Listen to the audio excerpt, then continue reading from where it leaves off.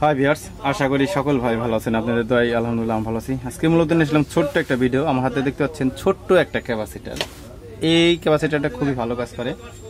আর মূলত যাদের বেজ নিয়ে প্রবলেম অথবা সাউন্ড নিয়ে প্রবলেম, ভালো ক্যাপাসিটার পাচ্ছেন না, আজকের মূলত ভিডিও শুধু তাদের জন্য। আসলে আমরা বাজার থেকে এই কিনি ক্যাপাসিটার, কেনার পরে কিছুদিন পরে দেখা যায় ভালো না, আর কপিতে ভরে গেছে। আর এটা কিন্তু 100% জাপানি ক্যাপাসিটার। আসলে ক্যাপাসিটারের প্রথমত দেখি আমরা এটা কত বড় ক্যাপাসিটারটা দেখতে পাচ্ছেন এখানে 2 ইঞ্চি।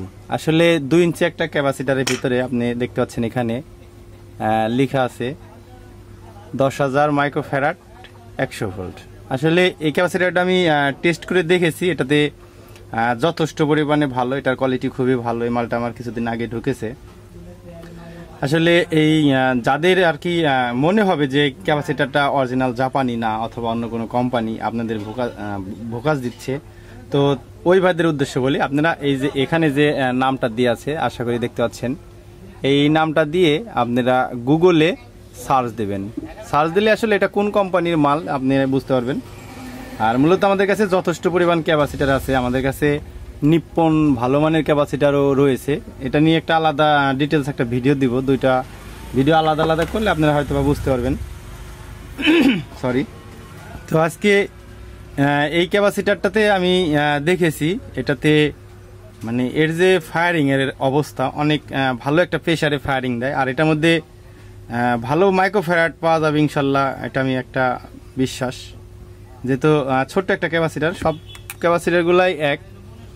আসলে এত ছোট একটা ক্যাপাসিটারে যে আসলে এত মানে 100 ভোল্ট 1000 মাইক্রোফ্যারাড 10,000 মাইক্রোফ্যারাড, তো আসলে বাংলাদেশের ক্যাপাসিটার কিন্তু এত ছোট 2 ইঞ্চি একটা ক্যাপাসিটারে 10,000 মাইক্রোফ্যারাড 100 ভোল্ট ক্যাপাসিটার দিতে পারবেন। তো যারা মূলত এইগুলা আর কি করতে চাচ্ছেন, মানে ব্যবহার করতে চাচ্ছেন, জাহাজের মালটা ব্যবহার করে দেখেন না আপনারা, আমি রিকোয়েস্ট করবো তাদেরকে যে একবার অন্তত ব্যবহার করে দেখেন। আর মূলত এই ক্যাপাসিটারগুলো আমি নিয়ে আসছি আমার নিজের ব্যবহারের জন্য। এখান থেকে চাইলে আর কিছু আপনারা চাইলে কিনতে পারবেন। তবে এটার রেটটা আমি বললাম না, কারণ এটা রেট বললে কমেন্টে এসে অনেকজন উল্টাপাল্টা কথা বলে। আসলে এটার গুণগত যে একটা মান, সেটা মান যাচাই করে কিন্তু আসলে এটা দাম নেওয়া হয়। বাজারে এর চেয়ে বড় বড় ক্যাপাসিটার কিন্তু আপনার 70-80 টাকায় পাওয়া যায়। আসলে ওটার সাথে যদি এটা তুলনা করতে যান, অথবা বাংলাদেশে যে অরিজিনাল পাইসনগুলো ক্যাপাসিটারগুলো রয়েছে সেগুলোর সাথে যদি তুলনা করতে যান, পাইসন, পিটিকন, তো এই সিস্টেমের যে ক্যাপাসিটারগুলো রয়েছে এটার সাথে তুলনা করলে আমি মনে করবো এটা যেহেতু পুরাতন, তারপরেও কিন্তু এর কার্যক্ষমতা ভালো। তবে এই ক্যাপাসিটারগুলো যারা নিবেন তারা একটা জিনিস আপনাদেরকে একটু কষ্ট করতে হবে। যেরকম এটারে কোনো পিসিবি বোর্ড পাবেন না। এটাকে কি করা লাগবে, আমার কাছে দেখতেছেন এটা কিন্তু একটা প্লাস্টিকের বোর্ড। আসলে এই প্লাস্টিকের বোর্ডটা আসলে যেহেতু এটা সার্কিটেতে আর কি এমপ্লিফায়ারের বডির মধ্যে তো আটা লাগবে, এই জন্য আমি অনেক সিস্টেম করে প্রাথমিকভাবে আর কি এই সিস্টেম করেছি। এই নিচে পুরাটা ফর্ম দিয়ে এইভাবে দিয়ে যদি আর কি ক্যাপাসিটার যদি আটা যায়, আমি একটু জ্বালা আপনাদেরকে সাজায় দেখাই আসলে কেমন লাগে। তো এই যে ঝালাইগুলা দেখতে পাচ্ছেন, এটা কিন্তু আমি ব্যবহার করিনি, এটা কিন্তু ব্যবহার করে দেখেছি। তো এটার মোটামুটি কোয়ালিটি আলহামদুলিল্লাহ খুবই ভালো। তো আমি এই মালগুলার আবার নেক্সটে কিছুদিনের ভিতরে আবার অর্ডার দিব। এই মালগুলার আসলে কোয়ালিটি দেখে আমি আসলে মুগ্ধ। আমি অনেক দিন আগেও জাপানি ক্যাপাসিটার যে জাহাজের ব্যবহার করা মানে পাওয়া যায় আর কি, আমি ব্যবহার করে দেখেছি। তো সেটার আসলে যে গুণাগুণ ক্ষমতা রয়েছে, বাংলাদেশে আসলে এই কোয়ালিটি ক্যাপাসিটারগুলা আমি মনে করি সহজে পাওয়া যাবে না।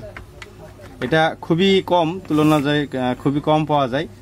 আর আসলে এই ক্যাপাসিটারটা আমি যখন প্রথমে নিই তখন ভেবেছিলাম যে আসলে ক্যাপাসিটারটা মনে হয় এতটা ভালো হবে না, একটা মনের একটা ছিল, মনের খুঁতখুঁতানি ছিল। তারপরে আমি এটা গুগলে সার্চ করলাম, দেখতে পাচ্ছেন এই ক্যাপাসিটারটা আমি যখন সাজাবো তখন কিন্তু এইভাবে হয়ে যাবে। আসলে আমি যদি এখান দিয়ে যদি আমি 6টা স্ক্রু দিয়ে বডির সাথে আটি, তাহলে কিন্তু এটা নড়বে না। আর অবশ্যই এখানে চারকোল দিয়ে ভালো করে একটু জ্বালা আঠা দিয়ে, যেহেতু এটার ঠ্যাংটা ছোট, এটা আসলে কোনো পিসিবিতে আসলে ভিড়ানো সম্ভব হয় না। আসলে এমন একটা ক্যাপাসিটার বাইরের মাল, তো এই জন্য একটু আপনাকে কষ্ট করে এটাকে ভিড়াই নিতে হবে। তো এখান দিয়ে চারদিকে আপনার যে আঠা আছে, আঠা একটু ভালো মানের আঠা এই পাশে দিয়ে আপনারা এইভাবে সুন্দর করে একদিন অন্তত রেখে দিবেন। রাত্রে রেখে দিলে আঠাটা শুকায় গেলে তখন আপনারা পরবর্তীতে কাজ করতে পারবেন। তো আসলে আমরা এখন দেখব যে এর যে লুকগুলা রয়েছে সেগুলা কিন্তু আপনাদেরকে করে নিতে হবে। এটাকে আমি টুলটাই আপনাদেরকে দেখানোর চেষ্টা করি। তো দেখতে পাচ্ছেন এখানের যে ইটা আছে, আপনি যখন আঠা দিবেন তখন কিন্তু বোর্ডের সাথে হার্ডভাবে লেগে যাবে আর কি। এখান থেকে আপনাদের তার দিয়ে কানেকশনগুলো করে নিতে হবে, একটু ভালো মানে তার দিয়ে কানেকশনগুলো করে নিলে, যেহেতু আমি এইভাবে দিয়েছি, সিরিজ করে দিয়েছি ক্যাপাসিটারটা, যেহেতু আমার ট্রান্সফরমার 80 ভোল্টের ট্রান্সফরমার হবে 30 অ্যাম্পিয়ার, এই জন্য আমি সিরিজ করে দিয়েছি ভোল্টেজটাকে আর কি একটু জ্বালা বেশি করার জন্য, যেহেতু আমার ট্রান্সফরমারটা বেশি 80 ভোল্ট যদি ট্রান্সফরমার হয় 100 ভোল্ট ক্যাপাসিটার টিকবে না, এই জন্য সিরিজ করে দেওয়া লাগছে। তো এখান থেকে একটু জ্বালা ভালো মানে তার দিয়ে মনে করেন যে কানেকশনগুলো করে আপনারা মাইনাস প্লাস গ্রাউন্ড বের করে নেবেন।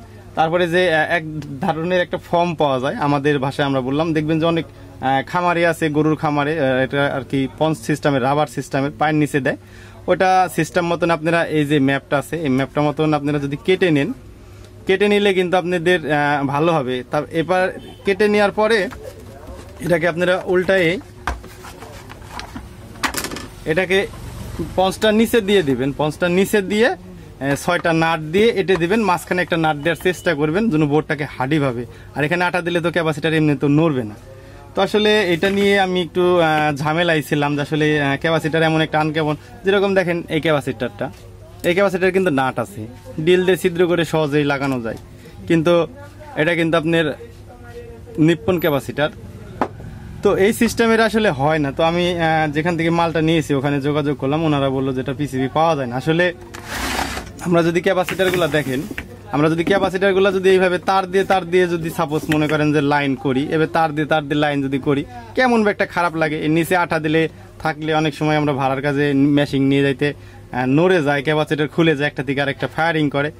এই জন্যই মূলত আমি এই সিস্টেম করেছি প্রাথমিকভাবে, যে এটা দিয়ে যদি আমরা আঠা দিয়ে আটার পরে যদি আমরা নাটের মানে এটে দিই আর কি, তো এটা কিন্তু 100% আপনার এই ক্যাপাসিটার নড়বে না, খুলবেও না। আর নিচে যেহেতু রাবার আছে, এই প্লাস্টিকের যে বোর্ডটা আছে, এটা আপনার এই যে এস টাইপের যে বোর্ড, কারেন্টের যে বোর্ড পাওয়া যায় ইলেকট্রনিক্সের, তো এই সিস্টেমের বোর্ড আমরা এইভাবে সিস্টেম করে কেটে নিব।